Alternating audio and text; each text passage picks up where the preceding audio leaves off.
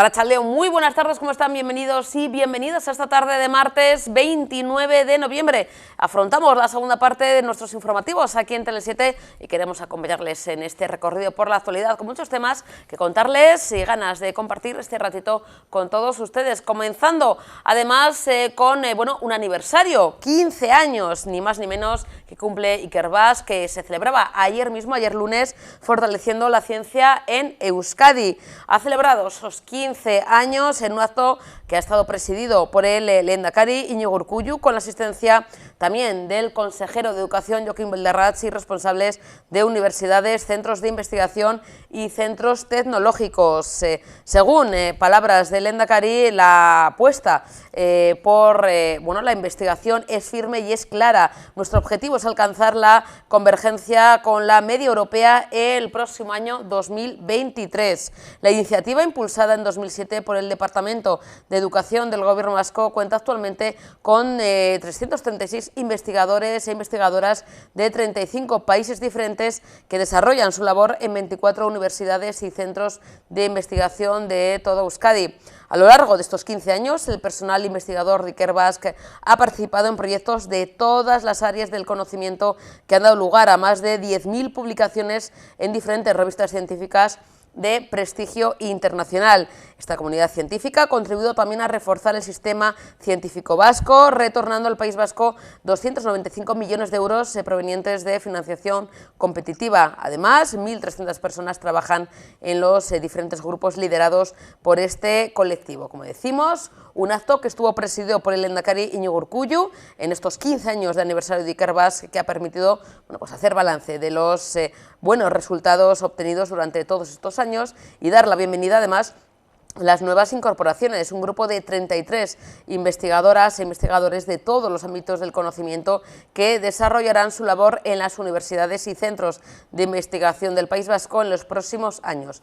Un acto que tuvo lugar en el Museo Guggenheim y escuchamos las palabras del lehendakari Iñigo Urkullu. Las personas y la ciencia son la clave de nuestro futuro, están en el centro y en la prioridad de nuestras políticas. Vamos a continuar la labor de atracción, repatriación y retención de personas investigadoras, como decía el director, como activo fundamental para el impulso de la ciencia en Euskadi, para el impulso de la transformación social vasca.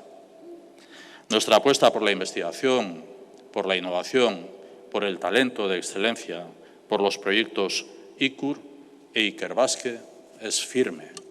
Nuestro objetivo es alcanzar la convergencia con la media europea en 2023, el próximo año. Tengo la plena convicción de que lo vamos a lograr. Compartimos una tarea común. Todas las personas que vivimos en Euskadi tenemos una responsabilidad social, un compromiso con nuestra comunidad. La comunidad Ikerbasque está cumpliendo con esta responsabilidad social. En Euskadi, la producción científica de mayor calidad se ha duplicado. Somos la comunidad autónoma con mayor retorno del programa Horizon Europeo.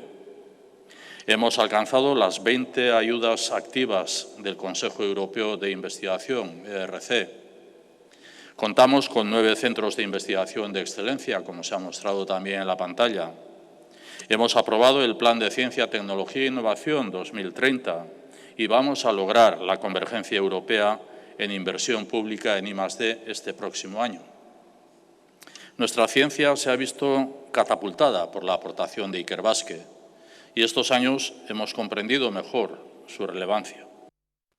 Bueno, hoy se ha celebrado el Consejo de Ministros de todos los martes, Es algo habitual todas las semanas y se han aprobado diferentes temas, han tratado diferentes cuestiones, incluso ha habido preguntas muy jugosas que luego escucharemos esas respuestas y en esa rueda de prensa posterior a ese Consejo de Ministros han estado presentes la ministra portavoz, como siempre, Isabel Rodríguez, la ministra de Justicia, Pilar Llop, y el ministro de la Presidencia, Félix Bolaños. En el caso, por ejemplo, de la ministra de Justicia, Pilar Llop, ha hablado de la aprobación del anteproyecto de ley contra la trata de seres humanos. Sin duda, y lo afirma, un éxito para, bueno, pues, evitar ese tráfico de personas, de seres humanos, que todavía en este siglo, todavía en este año 2022, se sigue produciendo y sigue siendo una auténtica tragedia. Bueno, pues anteproyecto de ley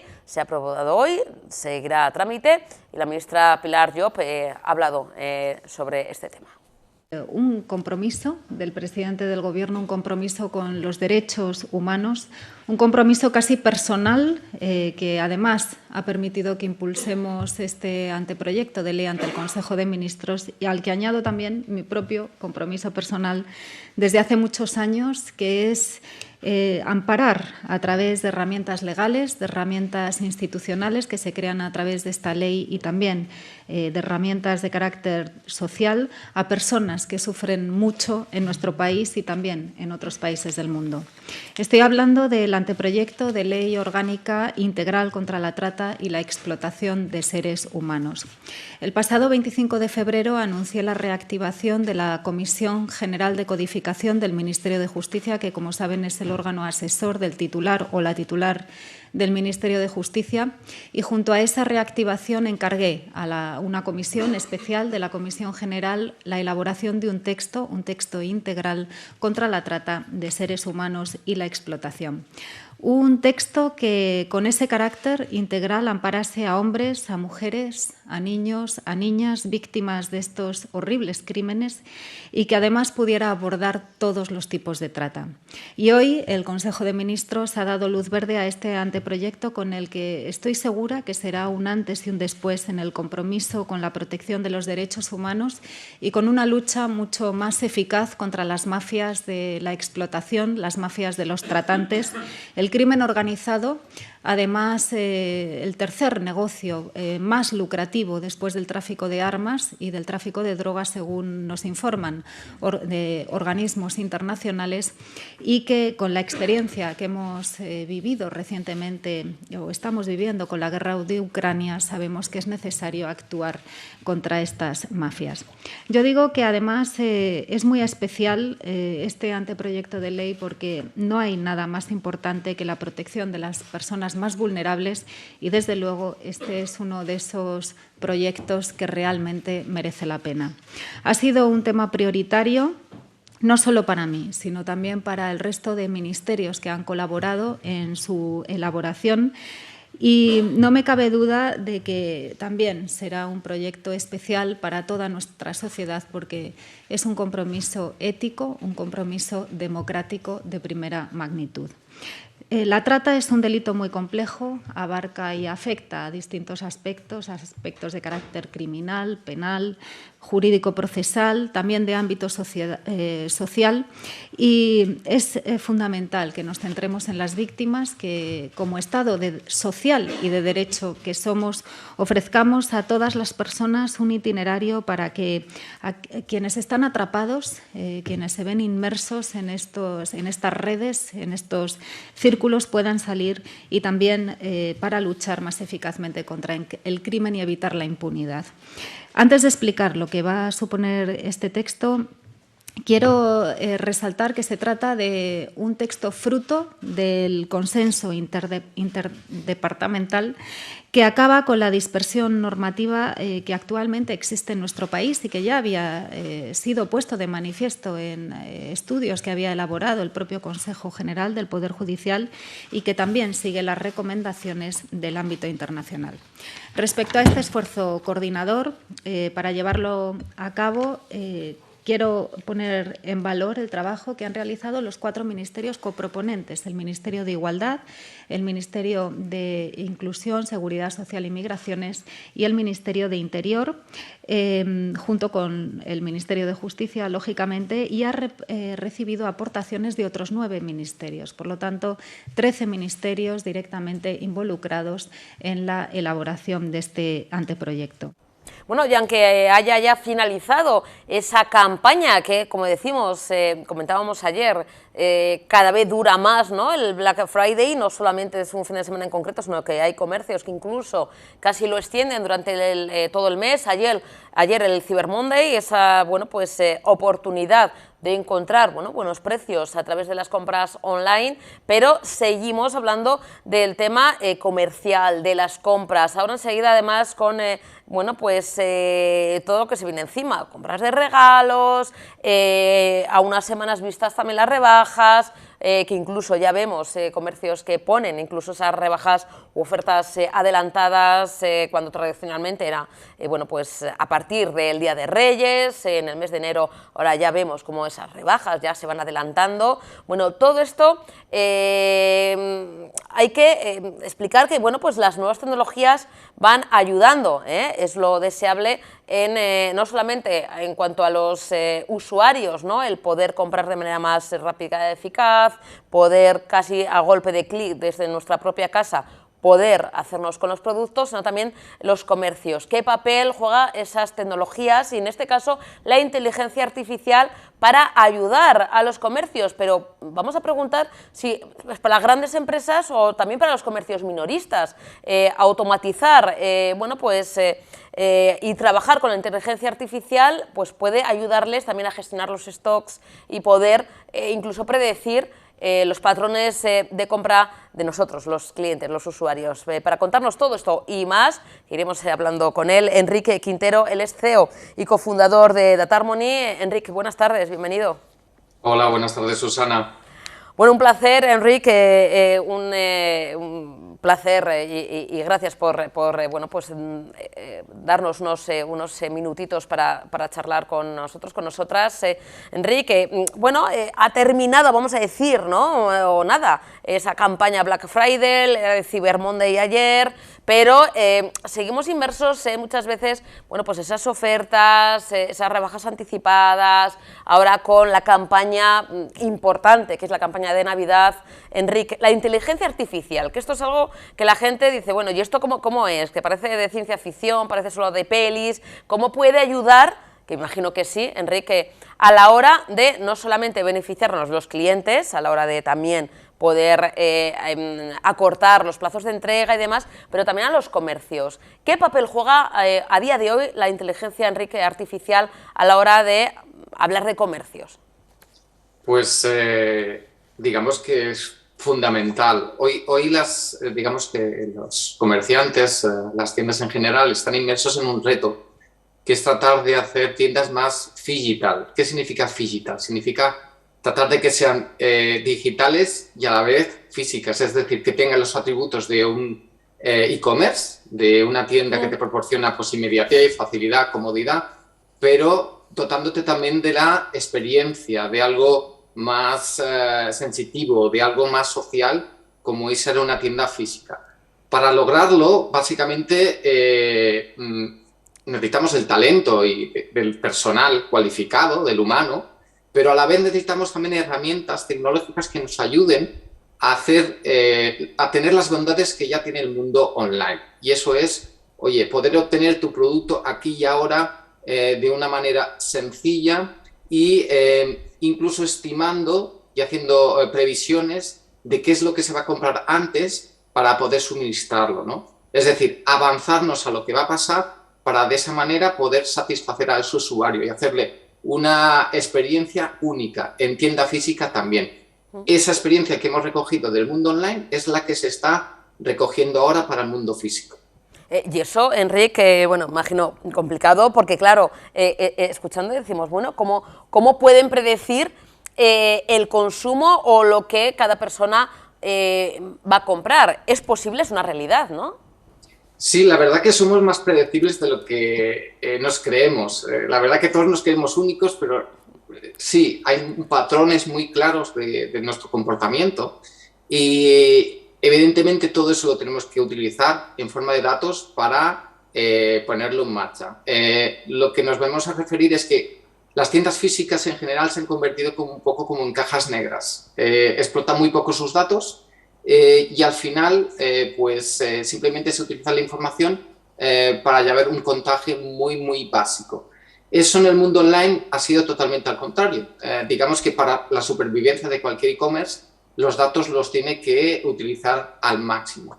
¿Qué está pasando en el mundo físico ahora, en las tiendas físicas? Pues ya no son los dependientes son los que se encargan de empujar el producto, sino que podemos tener pantallas digitales que nos ayudan a hacer un push, a hacer promociones, incluso dependiendo y acomodándose de la persona que tiene delante.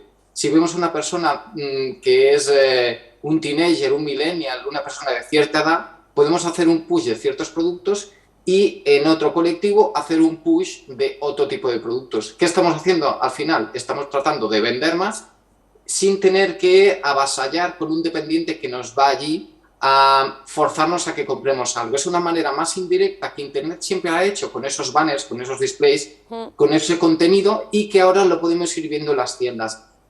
Además, con un efecto wow, pensar que todo lo que es digital, todo lo que son imágenes bien cuidadas, bien trabajadas, algo que se ha hecho mucho en el mundo online, por fin lo podemos tener en el mundo físico también. Todo eso son estratagemas que al usuario le hace sentir mucho mejor, pero que evidentemente beneficia al pequeño comerciante o a la cadena o a la tienda en general. Se trata de esa publicidad, esas ofertas, esos mensajes personalizados, ¿no? Que no sea algo tan global, sino, Enrique, ahora agradecemos también, bueno, el tener, bueno, esa cercanía, aunque sean, bueno, pues maneras de comprar o en la tienda física o a través de las plataformas o a través de Internet, pero sí que sabiendo un poquito, trabajando nuestros gustos y siendo algo muy personalizado. Esto es súper complicado, ¿no? Todo esto avanza a ritmo frenético, me imagino. Sí, fíjate que consultoras como Accenture ya han hecho estudios en los que demuestran que el 91% de los consumidores preferimos marcas que nos hacen recomendaciones adaptadas a nuestros gustos. Es decir, es algo que no podemos obviar ya, es algo que lo estamos viviendo en nuestro día a día, cuando estamos consumiendo Spotify, cuando estamos consumiendo Netflix. Si los contenidos que nos recomiendan son más afines a mis gustos, los consumo antes. Y esto que ya vemos en nuestro día a día del online, lo queremos ver en las tiendas físicas. Por tanto, ya es casi una obligación poner en marcha esos algoritmos para que se adapten precisamente a lo que vengo a buscar. ¿Por qué tengo que recorrer toda una tienda física de 1000 metros cuadrados para dar con mi producto si me podrían decir exactamente, oye, que lo tengo en tal posición? ¿Por qué en vez de tratar de hacer perder a una persona dentro de una tienda física, no hacemos que encuentre entre su producto y le damos otros productos relacionados que sabemos que tienen mucha probabilidad de ser comprados para que se los lleve también? Es decir, potenciemos que encuentre antes para que a partir de ahí podamos construir más ventas relacionadas. Eso es lo que se hace en Internet y eso es lo que vamos a ir viendo en el mundo físico también. Por las cosas que tenemos que pasar es, ¿y cómo identificamos un usuario? Primero le tenemos que hacer ver que hay un beneficio. Si no hay un beneficio, nadie va a querer mantener sus datos visibles. Y eso es algo que tenemos que ir rompiendo con el mundo de las tiendas físicas también. Algún ejemplo de ello es el ejemplo de tienda física que es Amazon Go. Amazon Go, tú directamente puedes entrar a esa tienda, coger tu producto e irte sin tener que haber pagado, sin tener que hacer ningún otro esfuerzo, que es entrar, coger e irte. Pero estás totalmente identificado por lo que es nuestro sistema de identificación único, nuestro móvil. A partir de aquí, una aplicación, todo viene registrado y por tanto no hace falta decir que me llamo Enrique, que vivo aquí, vivo allá. El sistema sabe absolutamente todo sobre mí y yo he querido que lo sepa porque de esa manera me va a decir dónde está mi producto que busco y qué ofertas puedo obtener gracias a haberme identificado. Eso es lo que quiere el consumidor. Oye, dame ventajas y si me das ventajas, yo voy a querer que me reconozcas. Pero si tú no me haces ninguna ventaja, evidentemente yo voy a quedar anónimo. Eso es lo que se va a ir introduciendo también en las tiendas físicas. Enrique, fíjate, ahora comentando lo del móvil, hay veces que la verdad puede ser casualidad, yo es algo que me llama mucho la atención, que pues, abro paréntesis, a colación Sí. un poquito de esto, Enrique, el tema de cuando ya no solamente nosotros, porque bueno, cuando hacemos una búsqueda en Mr. Google, ¿no? En nuestro buscador, bueno, pues oye, comprar patines o los mejores patines, pues hombre, luego ¡pum! Nos salen al cabo de casi o al día siguiente, lo que sea, anuncios de patines, de tiendas y demás. Pero es que a veces me llama la atención, que me ha pasado además con varias veces, que ya no es que yo ponga en el buscador algo en concreto, sino lo hace mi pareja. No, es así, nos pueden estar... porque a veces que digo, ¿cómo saben que mi pareja o he estado con alguien que ha buscado algo y de repente me viene a mí la publicidad? Esto es algo que a mí me llama mucho la atención. Yo no sé si puede ser casualidad, Enric, pero hay veces que claro, digo, si yo no he hecho esa búsqueda, ¿por qué saben que con la persona que he estado o pareja ha hecho esa búsqueda y me llega a mí esa publicidad? La verdad que siempre digo que, y no digo sino que es popular, ¿no? Un gran poder conlleva una gran responsabilidad. Y no explicarlo todo de parte de los que utilizan ese tipo de herramientas, pues puede dar lugar al efecto contrario, que es el efecto rebote. Oye, no me fío porque esto parece el gran hermano, ¿no? Para mí es fundamental explicarle al consumidor de qué va, qué beneficios puede obtener y tener una vía de escape para decir, no, yo no quiero ser impactado con todo esto. Hoy me apetece ser anónimo y por tanto no quiero que me impactes con nada y quiero sentirme libre. Eso, el cliente que lo domine, yo creo que es el que más va a conectar con sus usuarios. El que juegue más a utilizarlo como ventaja en contra de sus consumidores, yo creo que va a venir el efecto rebote. Han habido muchas críticas porque sí, es realidad, han habido sistemas que incluso escuchaban conversaciones y claro, las utilizaban. es que Enrique, dices, esto es verdad, o sea, no, Es posible, no es paranoia, no es paranoia, porque digo, bueno, puede ser una vez, pero el que pase varias veces, que es que no lo busque yo, sino que lo busque otra persona, lo busque mi pareja y de repente me salga a mí el anuncio, dices, esto es algo que no se nos escapa, no tengo ni idea. Yo pregunto porque llama la atención, pero es real, no es paranoia mía, ¿no? No lo es, no lo vale. es. La inteligencia artificial es capaz, para hacer el símil, la inteligencia artificial está reproduciendo los sentidos que tiene el ser humano. El oído, la vista, el olfato, el hablar. Es decir, los sistemas son capaces de escuchar, traducir esa escucha en texto, tratar el texto en categorías y determinar si de eso de lo que se está hablando es positivo, es negativo, es neutro, está apoyando a la marca, no está apoyando a la marca, está pidiendo cierto producto y por tanto lo necesita. Y todo eso se puede utilizar en positivo o en negativo. Entonces, es muy probable que una persona que tenga un sistema como una Alexa en casa, un altavoz, o en el mismo coche en el que está diciendo que quiero ir a este lugar, quiero ir a este otro, todas esas rutas se pueden ir recogiendo y puedes ir reproduciendo los hábitos que tiene una persona ya solo utilizando el coche para moverte. Imagínate si cada día vamos incorporando más tecnología que vaya recogiendo toda esta información. Pues cada día sabe más de ti, de tu pareja, de tus parejas, de tu vida, de tus hábitos. Lo importante, lo fundamental, es que el consumidor tenga el control sobre eso. Por eso es tan importante que se legisle al respecto, pero casi es más inteligente por parte de las empresas que tengan una política de, por encima de todo el consumidor, su libertad y su beneficio. Cuanto más beneficie el consumidor, más beneficiaré yo como empresa. Más fiel tendré al consumidor, más beneficios le voy a poder dar también. Es saber entender las cosas porque es verdad que hemos visto también muchas prácticas que se hacen a la inversa, ¿no? Nosotros abogamos por construir algoritmos que velen por la ética, por la moral y esa responsabilidad también recae tanto en los que hacemos esos algoritmos como en los que lo utilizan para su beneficio y, en teoría, el que tiene que ser el del consumidor. Enrique, también antes he comenzado, y además de hablar, por supuesto, de los beneficios, ¿no?, de los clientes, de los consumidores, también ayudáis, ¿no?, a los comercios con la utilización de la inteligencia artificial a gestionar los inventarios, los stocks. Muchas veces algo que, bueno, además de costoso, pues hay veces que, bueno, pues puede haber errores, puede haber fallos. En este caso se hace esa ayuda también para poder, como hemos dicho, prever, pero también poder gestionar algo que bueno, además cada vez más se lleva, es decir, los cambios, el tener stock, el poder renovar los productos y poder tener, bueno, una buena circulación, ¿no?, de los artículos.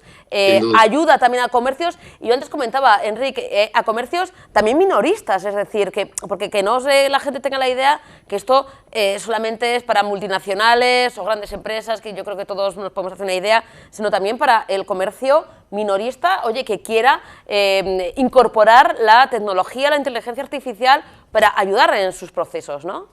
Sin duda.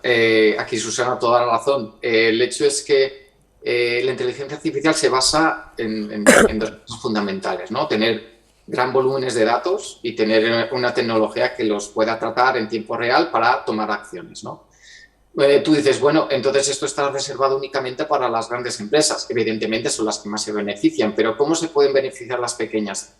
Básicamente, las pequeñas también forman parte de gremios, también pueden unir los datos que recaban cada una de ellas para saber cuál es el retrato, el perfil robot de los consumidores que mejor les funcionan, ¿no? Eso lo pueden llegar a explotar para adaptar mejor sus negocios, ¿no? Actualmente las tiendas de inteligencia artificial está trabajando tanto en bambalinas, digamos, con el backstage, en lo que no vemos los consumidores, que es gestionar todo el stock que tienen para, de esa manera, saber cuándo está a punto de agotarse y, por tanto, avanzarte para que no te quedes sin existencias, o tratar de hacer el pedido justo para que no te sobre nada, entonces no tengas un sobrestock, que eso te significa perder metros cuadrados guardando material que al final no vas a vender, ¿no? Pero también lo que hace la inteligencia artificial no solo es esa gestión del estocaje, que hoy en día incluso existen robots que lo que hacen es pasearse por las tiendas para saber y hacer el contaje de cada uno de los productos y de esa manera hacer pedidos automáticos de lo que va faltando. O sea, eso, igual que tenemos la Rumba que nos limpia casa, las empresas ya van a tener robots que se encarguen precisamente de hacer una labor repetitiva y austera, como es hacer el tema del stock en una tienda y hacer automáticamente los pedidos, ¿sí? Sino que además esos mismos robots lo que hacen es poder trasladar esa información a la gente que está vendiendo.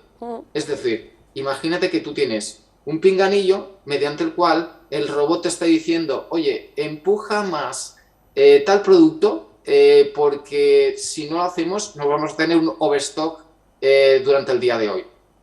Fantástico. Es decir, muchas veces hemos tenido digamos, una distancia muy grande entre los datos y su consumidor. Es decir, los dependientes, el empleado de a pie de tienda ha visto muy lejano el uso de los datos. Solo estaba para el dueño del establecimiento, para el responsable de cadena, para lo que trata de hacer la inteligencia artificial y en general empresas como la nuestra es, oye, reduzcamos ese gap entre la persona que puede accionar ese dato y las conclusiones que están saliendo ya por los sistemas. De eso se encarga también la inteligencia artificial, porque transforma en mensaje aquello que acaba de descubrir el sistema y se lo envía mediante un pinganillo, mediante un mensaje en un WhatsApp. Tienes que empujar tal producto, tienes que mover este producto de esta parte de aquí a esta otra parte porque se va a vender mejor, porque estamos viendo que está quedando escondido. Es decir, todo eso hace que se venda más. Pero ya no hace falta ser un, digamos, científico del dato para poder interpretarlos y tomar una decisión, sino que directamente, gracias a la inteligencia artificial, también podemos dar mensajes que le ayudan al dependiente a tomar acciones, porque él está contacto con su consumidor, por tanto es el que más puede accionar ese dato al final. Pues la verdad es que, Enrique, aprendiendo un montón y conociendo lo bueno que es adoptar esas nuevas tecnologías de inteligencia artificial, eso sí, como tú comentas, con ayuda, ¿no?, del ser humano, que nadie se asuste, sin duda alguna. Y Enrique, la verdad es que hablaremos, si te parece, en más ocasiones, porque esto es un tema, además de apasionante, bueno, pues que a veces que poco se habla, poco se trata, poco conocemos. Con lo cual, Enrique, ¿te parece que nos emplacemos en otras ocasiones? Bueno, las rebajas están a la vuelta de la esquina, algunos han empezado ya, pero bueno, normalmente el grueso de las rebajas es a partir del mes de enero. Y bueno, pues sería interesante también seguir hablando de este tema. Enrique, muchísimas gracias. Un placer. De verdad. Susana, gracias por tu tiempo. Gracias. Aquí estamos para cuando queráis. De verdad, un placer. Cuídate mucho, Enrique. Un besazo enorme. Gracias. Vamos al Consejo de Ministros. Como hemos dicho, ha habido ese Consejo de Ministros de todos los martes, rueda de prensa posterior a dicha reunión, y uno de los aspectos, o sobre todo, porque ha sido una pregunta que se ha formulado sobre el tema de las pensiones. Escrivá, el ministro de Inclusión, Seguridad Social y Migraciones, Escrivá, plantea subir, además de a 30 años el periodo de cálculo de la pensión, descartando los dos peores, y también subir las pensiones, bueno, de manera, un 6% de manera sustancial. Bueno, ha sido preguntada o han lanzado la pregunta, entre otras, y a veces que, bueno, cuesta, porque claro, luego contestan un poquito a modo general, pero Isabel Rodríguez, la ministra portavoz, ha respondido sobre el tema de la reforma de las pensiones y esa subida de las pensiones contributivas. Vamos a escucharla. Que los españoles lo que valoran es el final de cada acuerdo de este Gobierno y, por tanto, la acción definitiva del Gobierno. Y el Gobierno tiene la tranquilidad de saber que estamos con cada una de nuestras decisiones yendo a mejorar la vida de la gente en momentos de dificultad y a transformar nuestro país en momentos también de grandes cambios. Al Gobierno de coalición, al Gobierno de coaliciones resulta más complejo que un Gobierno en solitario, pero sin duda creo que este Gobierno está siendo extraordinariamente útil para la vida de los españoles y de las españolas en un momento de especial dificultad. Y, por tanto, lo que reivindica el Gobierno es su propia acción, no el debate previo, sino la acción final. Hace una semana concluíamos con unos nuevos presupuestos generales del Estado que daban estabilidad. Hoy les hablábamos de esa reducción de 4 puntos de la inflación del IPC. Eso no es un hecho fortuito, es como consecuencia de la acción del Gobierno. Podríamos hablar de esos 10 millones de personas que tienen la tranquilidad cuando comience el próximo año, que van a ver cómo se incrementan sus pensiones. Eso no es un hecho fortuito, es la acción del Gobierno. O los millones, en este caso más de 1 millón de becarios, que tienen la tranquilidad de poder asumir sus estudios independientemente de la situación de sus familias. No es un hecho fortuito, es la acción del Gobierno. Como no es un hecho fortuito, sino la acción del Gobierno, que en España hay la tranquilidad que durante todo el próximo año van a poder viajar en transporte público, en tren o por carretera, de los medios del Estado, 2 millones de españoles y de españolas que van a haber reducido los gastos familiares como consecuencia de esta acción. Por tanto, no es un hecho fortuito, es acción de Gobierno. En esos términos, el Gobierno está muy satisfecho con todas y cada una de sus decisiones. En términos sociales, podría hablarles en términos económicos. No es un hecho fortuito que hace apenas unos días España esté recibiendo la intención por parte de grandes empresas de invertir hasta 20.000 millones de euros. No, no es fortuito, es acción del Gobierno. Y en esos términos seguiremos trabajando en los próximos meses, porque aún queda hasta las próximas elecciones generales. Bueno, y también ha sido preguntada, en este caso, la ministra de Justicia, Pilar Llop, por parte de un compañero periodista, sobre, bueno, qué valoración hacía de esa sentencia a los jugadores de la Arandina. Recuerden, jugadores que, bueno, fueron condenados por un caso de abuso sexual a una joven, y en la que, bueno, pues reconoce que las penas hubieran sido mayores de no existir la ley del solo sí es sí. La valoración de la ministra de Justicia. Lógicamente, respeto a las resoluciones judiciales, como no, analizaremos muy detenidamente el contenido de esa sentencia. Pero yo quiero poner en valor la ley del sí es sí, quiero poner en valor que se trata de una ley que lo que hace es cambiar todo un modelo de política criminal sobre los delitos contra la libertad sexual. Lógicamente, al entender que ahora todo pivota sobre el consentimiento, que la diferenciación de los tipos delictivos ya no será por si concurre violencia o intimidación, como era antes, y al incluir los abusos sexuales dentro de las agresiones sexuales, sino al pivotar todo sobre el consentimiento, esto lo que ha llevado es a incluir lo que ya no es violento o intimidatorio, ataques a la libertad sexual que no son violentos o intimidatorios dentro del concepto de agresiones sexuales, y estirar el arco penológico. Y esto, lógicamente, ha supuesto que se tenga que hacer una redistribución de las penas. Pero es que esta ley tiene cosas muy importantes, porque más allá de lo punitivo, esta ley lo que pretende es proteger a las víctimas. Y yo le voy a poner ejemplos. Antes, los delitos que se cometían sobre personas privadas de sentido, incluso aunque hubiera habido introducción de objetos o acceso carnal, se consideraban abusos. Ahora ya se consideran agresiones sexuales, gracias a esta ley.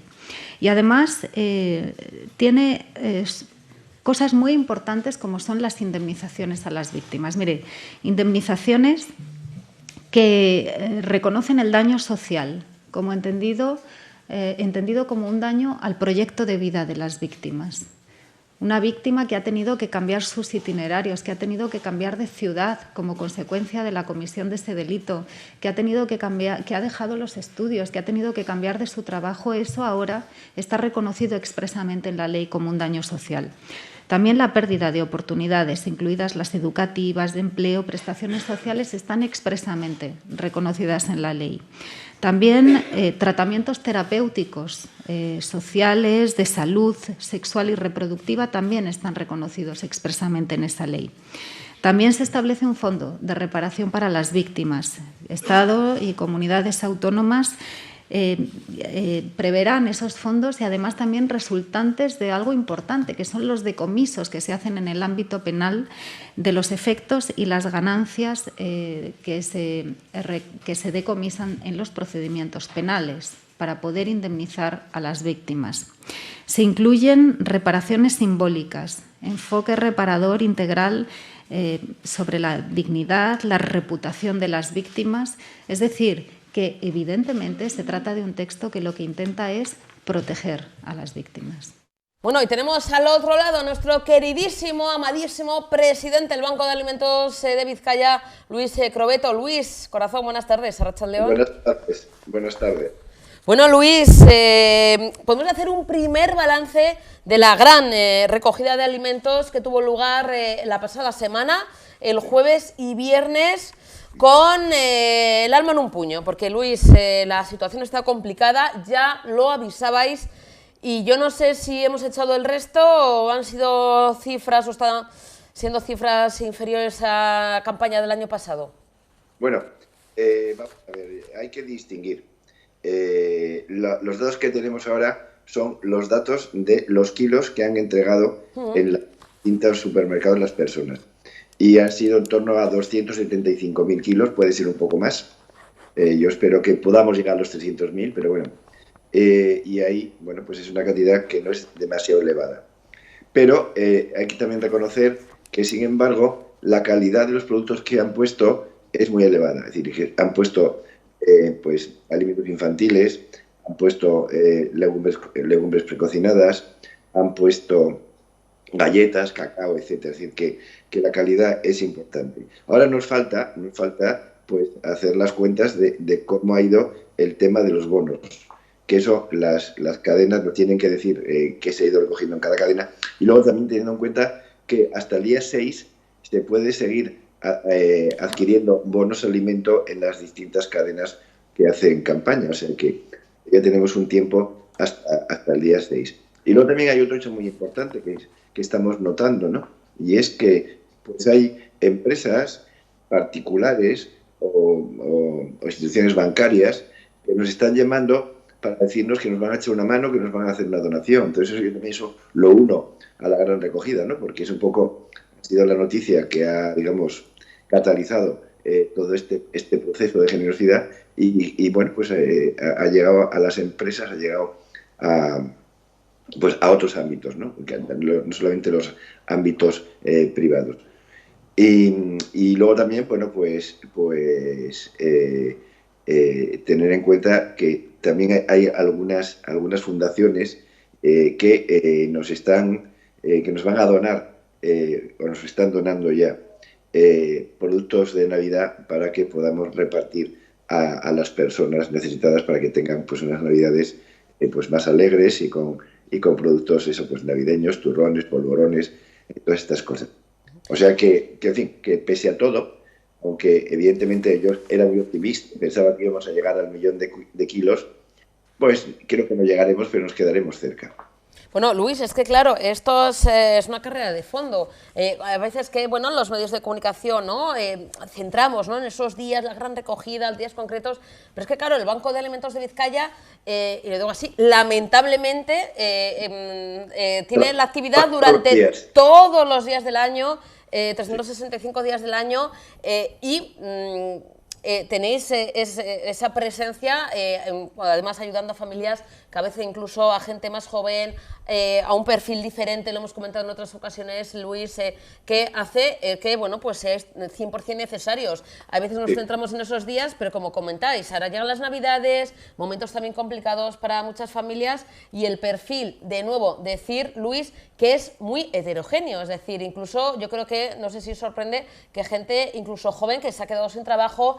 Es que claro, nos hemos enfrentado a una crisis sanitaria, una pandemia, gente que ha perdido su trabajo y que no ha podido encontrar otro y que necesita la ayuda del Banco de Alimentos. Sí, o que está trabajando con sueldos precarios que no le permite llegar a fin de mes. O sea, yo que siempre digo que ha aparecido una nueva pobreza, que es esas personas que tienen trabajo y sin embargo no les da para mantenerse todo el mes.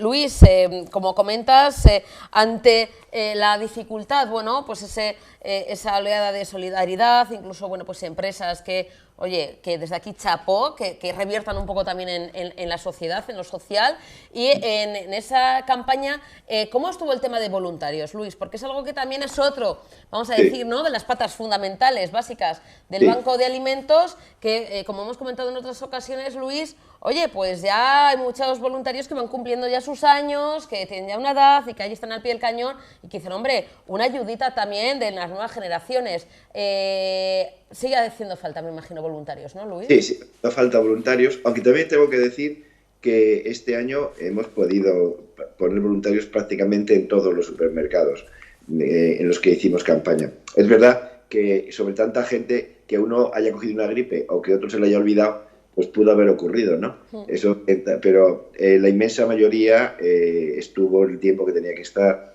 y además con mucha alegría. Hay que reconocer que este fin de semana me da una paliza mortal. De hecho, tengo un catarro que no me aguanto y estuve recorriendo y los voluntarios eran una maravilla porque estaban todos encantados, todos animados, simpáticos, en fin.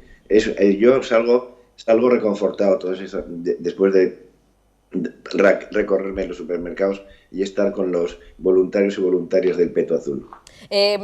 Como comentas, Luis, todavía bueno, podemos adquirir esos bonos. Coméntanos un poco, porque corrígeme, Luis, si me equivoco, ¿es novedad de este año el tema de los bonos? Bueno, pues en lugar de alimentos ya lleváis campañas, ¿no? De hecho, el año pasado, debido a la pandemia, solo hubo bonos. No hubo recogida física, solo fue mediante bonos. El bono es una cosa muy fácil, es decir, tú cuando vas a hacer la compra durante esos días, pues dices, quiero dejar una cantidad al Banco de Alimentos. Hay cadenas que puedes dejar lo que quieras y hay cadenas que dicen 1, 3 y 5. Entonces, bueno, pues decir, bueno, pues los múltiplos, si quiero dejar 9, pues son 3, o sea, y ya está. Entonces, luego ese dinero queda depositado en la cadena y nosotros a lo largo del año pues vamos tirando de ese fondo para adquirir los alimentos que necesitamos. Hay que reconocer que nos viene muy bien, porque nos evitamos el transporte, nos evitamos la clasificación y nos evitamos el almacenamiento. Tiene una pega en este momento, y es que la inflación hace que, por ejemplo, los bonos que adquirimos en mayo, en este momento vale un 11% menos, pero bueno, Claro. pasa a todos. También tu sueldo y el mío vale un 11% menos que lo que valía Totalmente. en enero, o sea que eso nos pasa a todos. Tenemos menos cash, menos sueldo y los alimentos cuestan más caros. Es decir, Más caros, claro, sí. Luis, como decimos, es que nos están viniendo todas el así mismo en la jardín, cara. Es sí. decir, pandemia, que bueno, fue momento terrible. Y ahí el Banco de Alimentos al pie del cañón y fue una prueba de fuego a nivel global. Estamos hablando de una crisis sanitaria, una pandemia que no habíamos conocido nadie en este mundo.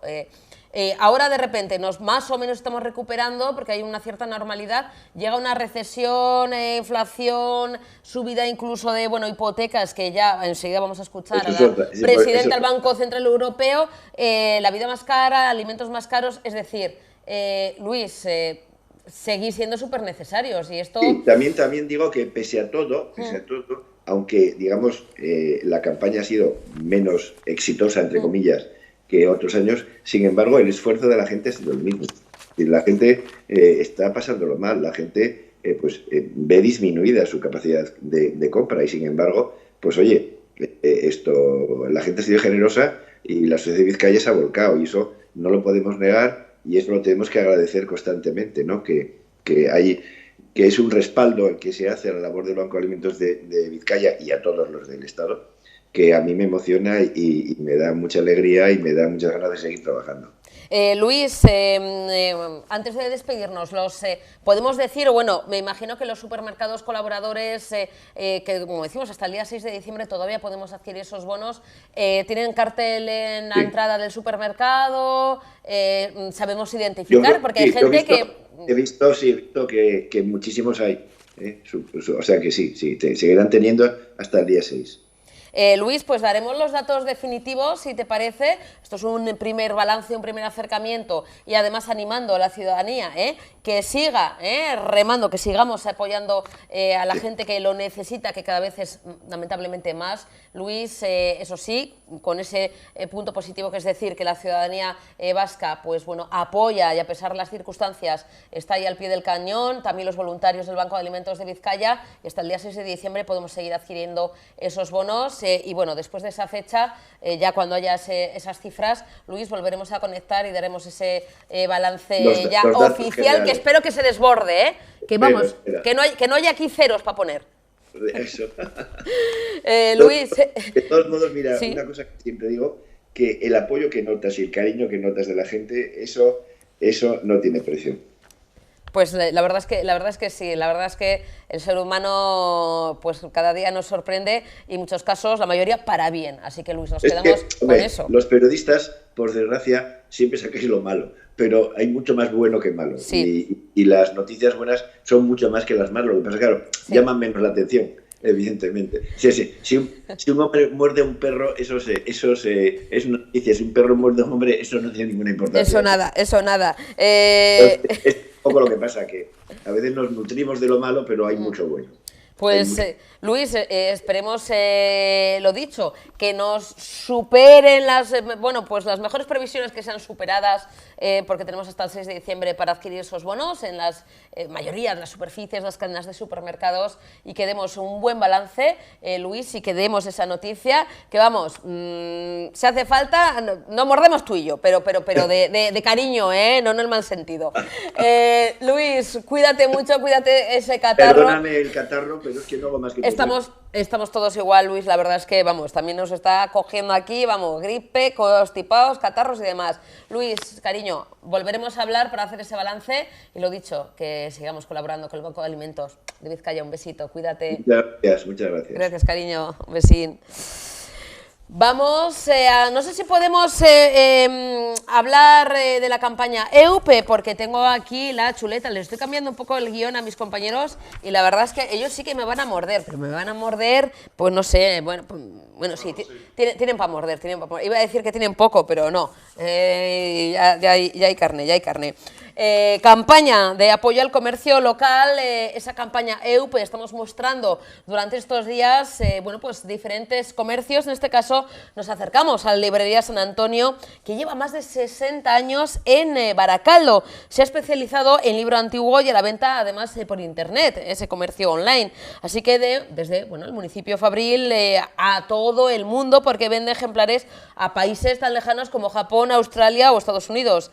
Entre sus joyas, pues está un libro del Quijote de 1892, ni más ni menos. Vamos a escuchar a continuación a nuestra compañera Yolanda Alicia hablando con Jesús Mazas, que es el alma mater de la librería San Antonio.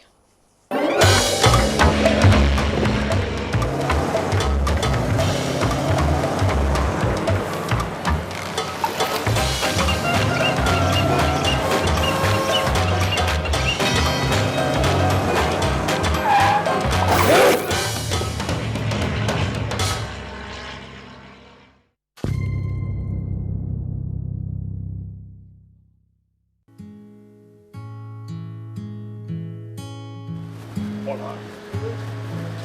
Haciendo con los números. ¿Qué tal?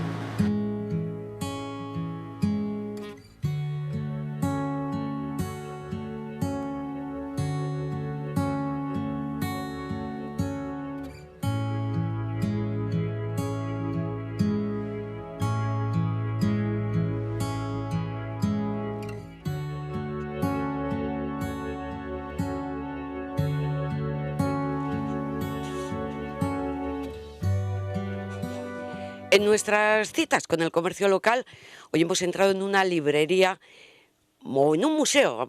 Es más un museo que una librería.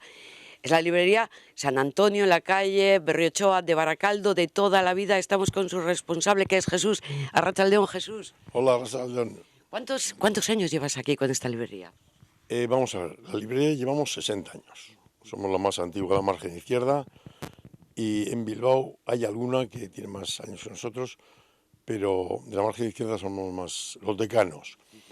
La empezó mi suegra y 10 años después empezamos, bueno, mi mujer estaba ya de hecho, ¿no?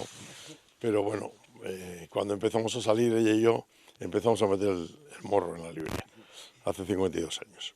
Y para mantener una librería de estas características, con tantos libros que te voy a preguntar, a ver si sabes más o menos cuántos hay, hace falta algo más que ser comerciante, hace falta ser amante de los libros, ¿no?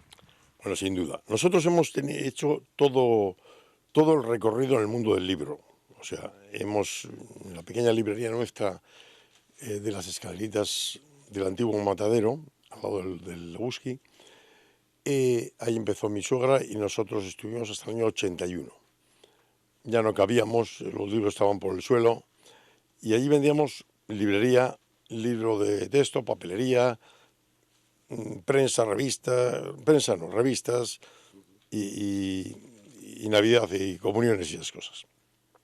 Al paso de los años, en el 81 pasamos aquí, no llegamos a los 30 años y mucha ilusión y bueno, nos metimos aquí en esta calle discreta, que nos dijeron que íbamos a durar un cuarto de hora porque ni sabían dónde estaba esta calle, los comerciantes de Baracaldo.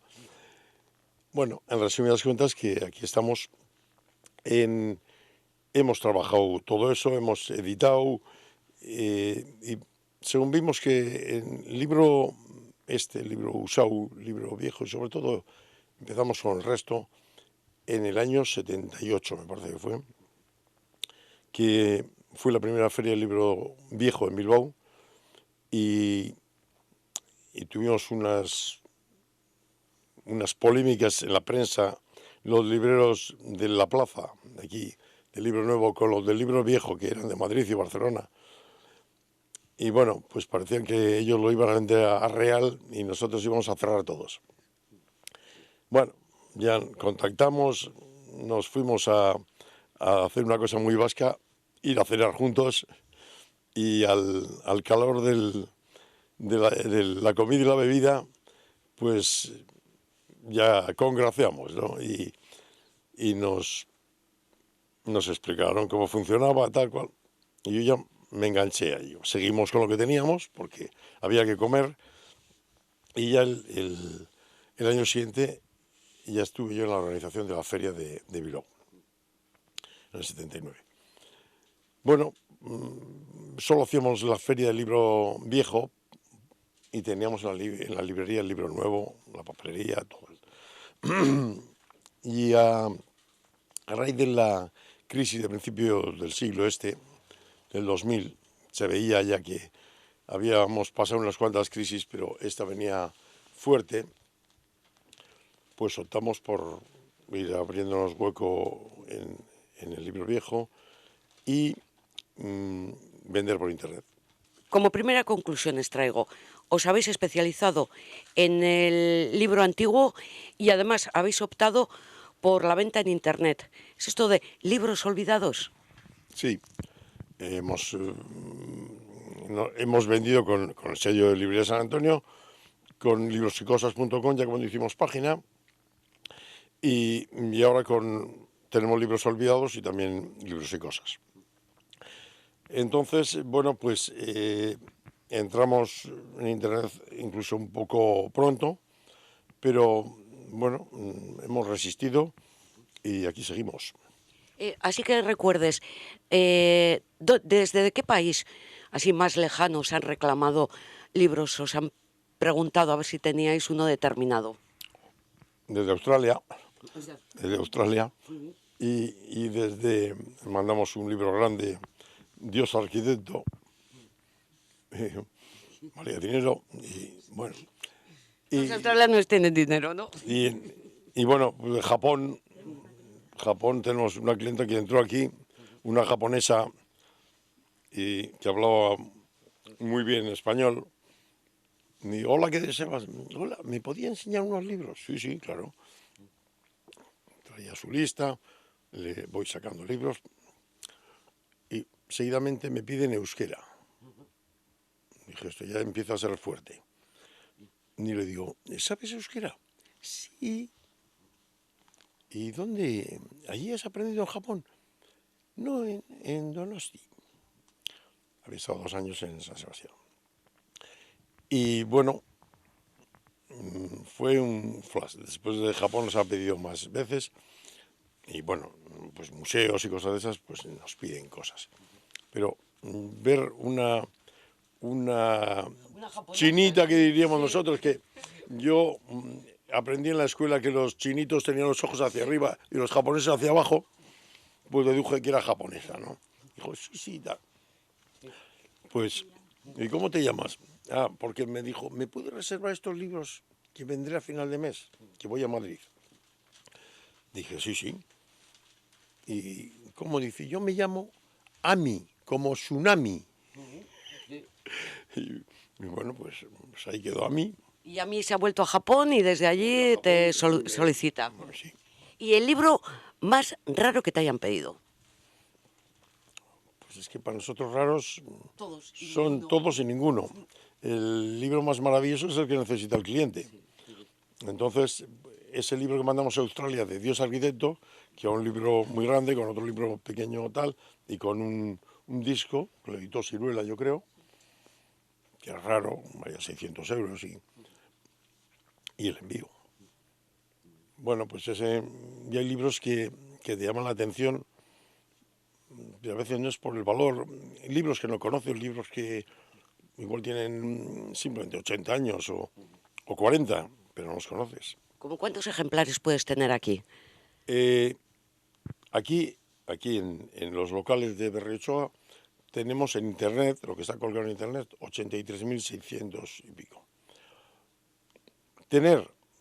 Estimamos que entre esto, lo que tenemos en la nave de un amigo que le tiene allí 80 palés aparcados por la caridad contra la peste, y en Isla y esto, que estimamos que pasarán de los 200.000.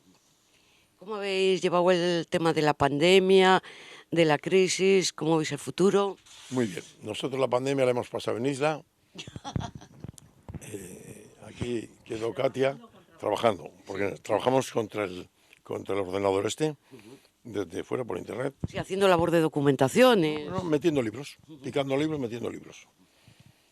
Entonces, muy bien. En los pueblos están muy bien estas situaciones. El campo era grande y abierto y salías y no pasaba nada. Y luego la crisis, pues mira, hemos pasado la crisis del 73 del petróleo. Hemos pasado la del 80 cuando empezó aquí toda la crisis siderúrgica, que fue gorda y dura. Hemos pasado la del 91-92. La financiera, cuando Solchaga dijo que había que apretarse el cinturón. Luego, la del año 2000, pues ahí viramos a tiempo y salvamos. Y yo el futuro le veo perfectamente. Igual por esa especialización en la que habéis entrado. Porque el mundo es muy grande y hay gente para todo. Entonces, el otro día un señor en el periódico auguraba no sé qué serie de desgracias, un señor que se dedica a escribir cartas al director, que tiene incluso un libro con 3.000 cartas al director. Bueno, pues... Suyas, claro. Suyas, sí. Pues este señor decía que el libro desaparecía, que el tema electrónico, que pitos y flautas. Otro gurú de Frankfurt, de la feria de Frankfurt, hace 10 años o 12, dijo que en 10 años desaparecía el papel, el libro de papel. El libro de papel goza de gran salud, se editan libros preciosos, con más esto, ha surgido mucha editorial pequeña, que está ahí, y cada día ahora veo escaparates de los libros nuevos, digo, qué libro más bonito, qué curioso, tal, saco de esto, tal. A mí me tardarán años en llegar. Pero, entonces, el libro aporta calor, aporta sensaciones. Somos animales, necesitamos tocar, ver, oler, sentir. Entonces, hay un señor que se va a hacer sus necesidades y se coge un libro y se va al váter, ¿no? Y te vas a cualquier sitio y tal. El libro electrónico tiene sus funciones, van a convivir, pero no va a poder con el papel, porque es otra situación. Tú para consultar una cosa, pues vale, pero para el placer de leer, o ya cuando lo que quieres es un libro, aunque sea técnico, de historia o tal, y lo quieras trabajar un poco, por mucho que digan que lo puedes subrayar, mira, el paginado suele ser corrido, no sabes qué estás leyendo, no sabes en qué página vas. Bueno. Pues ya como último mensaje para todos los aficionados y amantes de los libros que tienen aquí su hueco, ¿no? En la librería San Antonio. Pueden consultarlo por internet, los miles aparte de esos miles, otros miles que tenemos que no nos ha dado tiempo a meter, el lunes ha hecho 8 días, pues nos avisaron, y en la librería de Bilbao, pues habían llevado un furgón con más de 2.000 libros y tuve que ir al Socorro a retirar de ahí libros. Y entonces, eso está ahí, esto está vivo totalmente. Nuestro rival no es el libro electrónico, es el aparato electrónico. Es el que lleva el tiempo. Si esto pasó hace muchos años, una polémica de los libreros entre el círculo de lectores y las librerías. Se pensaba, los círculos de lectores llegaban con su furgoneta, se ponía en medio de la plaza y predicaba allí, cogía afiliados. Los libreros pensaban que ellos cerraban porque lo iban a vender todos ellos. No, el círculo de lectores hizo muchos lectores, pero en un momento dado necesitaban buscar otros libros distintos. Y en esto va a pasar igual. El libro electrónico está ahí.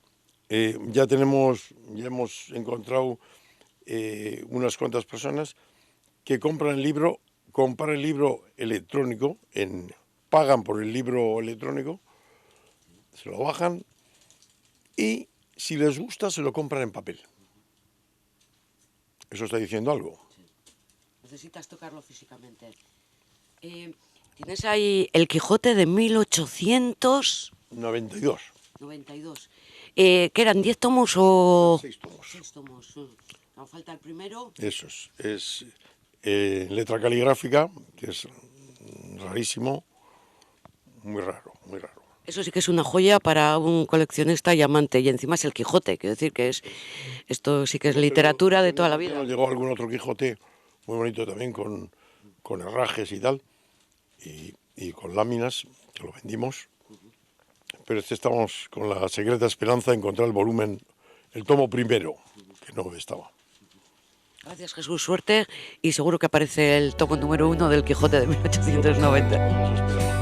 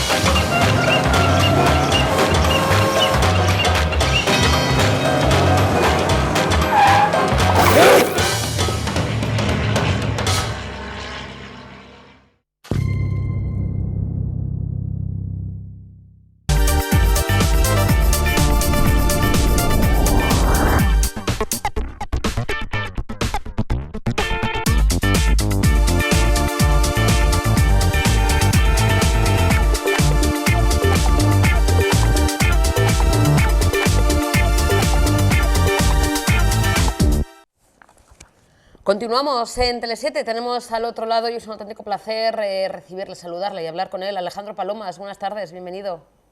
Hola, ¿qué tal? Bueno, Alejandro, ¿le puedo tutear? Sí, claro. Muchas gracias, Alejandro. Bueno, esto no se dice, es este libro, wow, a ver, es que tenemos muchas cosas de qué hablar y sé que tiene más compromisos y el tiempo corre, esto el directo es así, de cruel y de difícil. Alejandro, estás acostumbrado a escribir libros, bueno, Premio Nadal 2018 por Un amor, pero en este caso es tu historia, una historia que llega por una necesidad y sobre todo yo creo que por un impulso, por un tsunami informativo que fue el denunciar tu violación, tus abusos que sufriste cuando tenías 8 años por parte de un profesor, de un religioso. Pasó, como pasan muchas veces, ¿no? En los medios de comunicación, como noticia, pero apenas dura unos días. Y ese momento fue el revulsivo de decir, esto no puede quedar solamente en una noticia, en un impacto de unas horas o de unos días. Y ahí te pusiste a escribir y en 3 meses terminaste tu libro, ¿no, Alejandro? Sí, fue un poco más de 3 meses, pero sí, básicamente ese fue el detonante. Cuando entendí que esas 3 semanas de pico de actualidad iban a quedar ahí. Entonces me asusté un poco porque entendí que esto funcionaba así. Yo jamás creí que me vería envuelto en una ola de actualidad. Y pensé cómo podía trasladar ese pico de actualidad a lo real y convertir ese tema no en actualidad, sino en un tema a tratar, un asunto a tratar con seriedad. Entonces, bueno, mi fórmula es la escritura, mi método y mi medio es la escritura, y ponerlo negro sobre blanco creí y sigo creyendo que es la mejor fórmula para que esto quede. Alejandro, ¿cómo ha sido el proceso? Porque bueno, hay muchas cuestiones y que tú además de ese relato terrible, ¿no? De ese infierno hablas también, bueno, pues del apoyo o de la figura de la familia de tu madre, que ahora comentaremos. Pero Alejandro, el proceso de revivir un infierno que te hizo incluso, corrígeme si me equivoco, bueno, desdoblarte en el sentido de que, claro, es hablar de un Alejandro con 8 años que vive este auténtico calvario, este infierno, bueno, es que no hay calificativos para ver como una persona que además no fuiste la única, abusa, viola y agrede a un menor, sino también el cómo te sobrepones a esa situación creando otro perfil o creando a un Alejandro protector que intenta superar todo eso. Alejandro, ¿cómo son esos dos Alejandros? Esa manera también de sobreponerse a un dolor que yo creo que es indescriptible, que es terrible. Bueno, es la única fórmula. Eso es un proceso en el que caemos muchos niños y niñas, sobre todo antes de la pubertad. Necesitas crear, tú eres un niño de 8 años, en mi caso de 8 y 9, estás sufriendo todo eso y de repente, por mera necesidad y por mera supervivencia, lo que aparece es un segundo Alejandro que tú mismo creas para que cuide del otro y para que le cuente exactamente qué es lo que tiene que entender, de qué se tiene que defender y cómo puede sobrevivir a lo que le está ocurriendo. El Alejandro que protege es el Alejandro que crece y que se convierte en hombre, pero siempre convives con ese Alejandro pequeñito porque siempre tienes que cuidar de él, porque sigue siendo un niño. El caso de los abusos, lo que ocurre es que es un trauma atemporal, no es un trauma que prescriba. No prescribe ni el trauma ni el delito, no debería prescribir. Fíjate, Alejandro, que además, teniendo en cuenta que, eres un niño de 8 años, que no sé si desde el principio, claro, como un niño, ¿no?, de 8 añitos procesa lo que le está pasando, teniendo en cuenta que además se lo está infligiendo una persona a la que admira, ¿no? Es su referente educacional, el profesor de lengua, de literatura, ¿no? Un adulto que bueno, está a cargo, ¿no?, su enseñanza, que, bueno, pues una persona respetada, religioso. Claro, ese Alejandro de 8 años, ¿cómo procesa o en qué momento se da cuenta de que, claro, lo que está pasando es terrible y teniendo en cuenta que es alguien que se supone que le tiene que proteger? Es que es doble abuso, ¿no? De alguien de confianza, además. Claro, es un abuso de poder y un abuso de confianza, además de un abuso sexual. Son 3 abusos. ¿Cómo lo vive? Desde un principio, desde el primer momento, tú te das cuenta de que eso no es normal. Todos los niños enseguida se dan cuenta de que eso no es, está viviendo algo que tiene que callar. No sé por qué, pero los niños tenemos un son, digo tenemos, ves, como si estuviera todavía, como si todavía por mí. Eso me pasa siempre y eso nos pasa siempre. Lo vives así como algo que rápidamente tienes que aprender a callar, porque tú ves que él, en este caso, era muy explícito y él desde el principio ya me hacía ver y ya me comunicaba que lo que hacíamos no podía, era sucio. Y era sucio por mi culpa. Con lo cual, lo mejor que me podía pasar era que él no dijera nada. Mi temor era que fuera él el que dijera algo y yo quedara expuesto, porque quien actuaba mal era yo. Fíjate qué nivel de, Alejandro, de manipulación también, o sea, abuso, violación, abuso sexual, abuso de poder, de confianza y un auténtico manipulador y un depredador, porque, Alejandro, tú lo cuentas también en tu libro, que bueno, que además de otras víctimas, incluso también había niñas, había menores. Sí, él no distinguió al principio. Yo siempre creí que era yo, únicamente yo. Luego, el día que en enero yo hago mis declaraciones, etcétera, de repente empiezan a salir muchísimos otros niños y muchísimas niñas. Porque claro, al cabo de poco tiempo de yo terminar en el colegio empezó a ser mixto, empezó desde segundo, desde muy pequeñitos. Con lo cual, él no diferenciaba entre géneros, él le daba igual.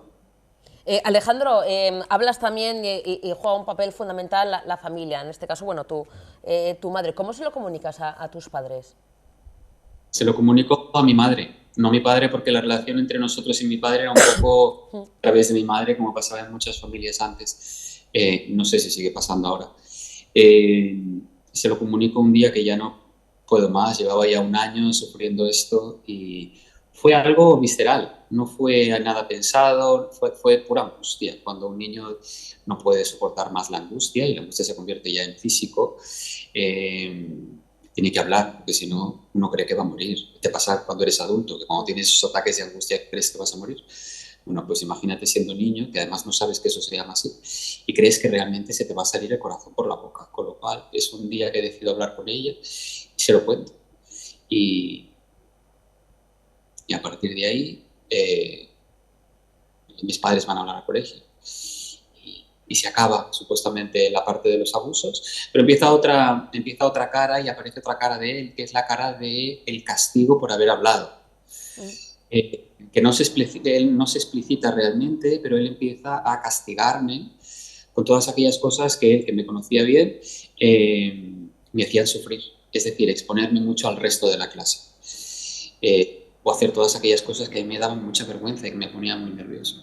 Pues a partir de entonces eso empieza a abundar muchísimo.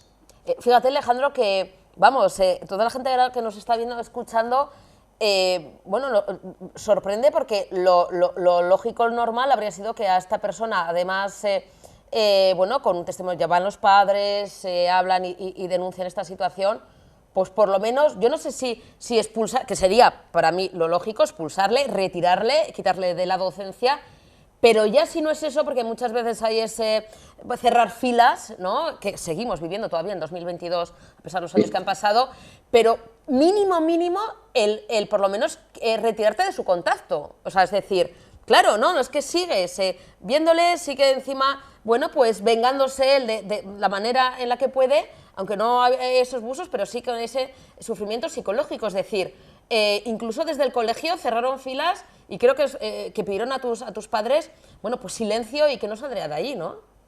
Sí, pidieron discreción, que era un asunto interno, con lo cual iban a solucionarlo dentro de la disciplina del colegio. Y no solamente él no desapareció de mi vida más directa, sino que yo recuerdo que el día después de que mis padres fueran a hablar con él, yo tuve clase con él a las 9 de la mañana.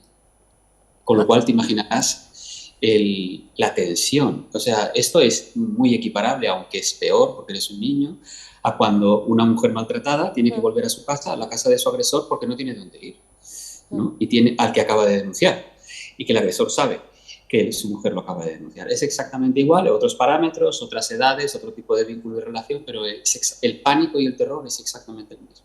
Fíjate, Alejandro, que han pasado unos cuantos años, porque aunque eres un hombre joven, pero han pasado unos añitos desde que es ese Alejandro de 8 añitos, y es que poco se ha avanzado. Seguimos asistiendo a casos de abusos en colegios, de violaciones, de agresiones, incluso de suicidios por parte de menores que, bueno, se silencian o que no se cuentan porque dicen que es tabú, que luego viene el efecto rebote y demás. Alejandro, con todos los años que ha pasado, y todavía hay casos en todo el mundo de abusos de docentes, religiosos o no religiosos, a menores. ¿Hay poca voluntad política de solucionar esta cuestión, de hablar de ello, de legislar, de sancionar, de condenar, de meter en prisión? O sea, todo esto que no hemos avanzado en todos los años que ha pasado desde tu caso como el de muchos otros. Yo diría que poca voluntad política a la hora de tratar el tema de la pederastia en la Iglesia. Ese es un gran talón de Aquiles. En cuanto a la defensa y a la lucha por el bienestar de la infancia, creo que se han dado pasos importantes, eso hay que reconocerlo. Podrían haber sido más incisivos, pero bueno, se han dado pasos, con lo cual eso es importante. En cuanto al tema de la defensa o la lucha contra la pederastia en la Iglesia, creo que estamos todavía a las puertas de empezar. Y bueno, si no nos damos un poco de prisa y si no existe una verdadera voluntad política para acometer esta inmensa tarea, creo que no lo vamos a hacer nunca. Alejandro, me da mucha penita, nos quedamos sin tiempo, pero antes de despedirnos, esto no se dice, Alejandro, podemos decir también que además de un libro que cuenta tu historia, esa historia terrible, ¿no?, de lamentablemente muchos menores, pero también es un libro un canto a la esperanza, a la superación, al decir, bueno, he podido con esto y ayudar también a otras personas que han pasado o que están pasando por una situación similar. Sí, por supuesto. Este libro no está escrito para mí, es un libro escrito para todos aquellos que no tienen voz, que no saben cómo encontrar la voz, que han pasado por ello, que tienen a alguien que está pasando por ello, para los padres y las madres que tienen a algún hijo o alguna hija. Si no ha pasado por ello, que es sensible de pasar por ello, creo que es un buen manual para periodistas también, para que tratéis y para que sepáis cuál es la sensibilidad de quien tenéis delante cuando hagáis entrevistas. Creo que es un buen manual social y ese era mi cometido. Quiero decirte algo también, antes de que se me olvide. Hoy estoy en Bilbao y esta tarde presento el libro en la Biblioteca Videbarrieta a las 7. Quiero que quien esté interesado que venga, porque vamos a hablar mucho de esto y creo que va a ser muy interesante. Pues que nadie se lo pierda, Alejandro, hacemos esa invitación a toda la gente que nos está viendo ahora en directo y un auténtico placer, lo dicho, enhorabuena y gracias por ser tan valiente. Un beso enorme, cuídate, Alejandro, de verdad. Un besito. Gracias. Gracias. Nos tenemos que marchar, nos hemos quedado sin tiempo en esta tarde de martes, pero mañana prometemos volver con más temas, más información y más sorpresas, como siempre, aquí en Tele7. Pasen buena tarde, un besito, agur.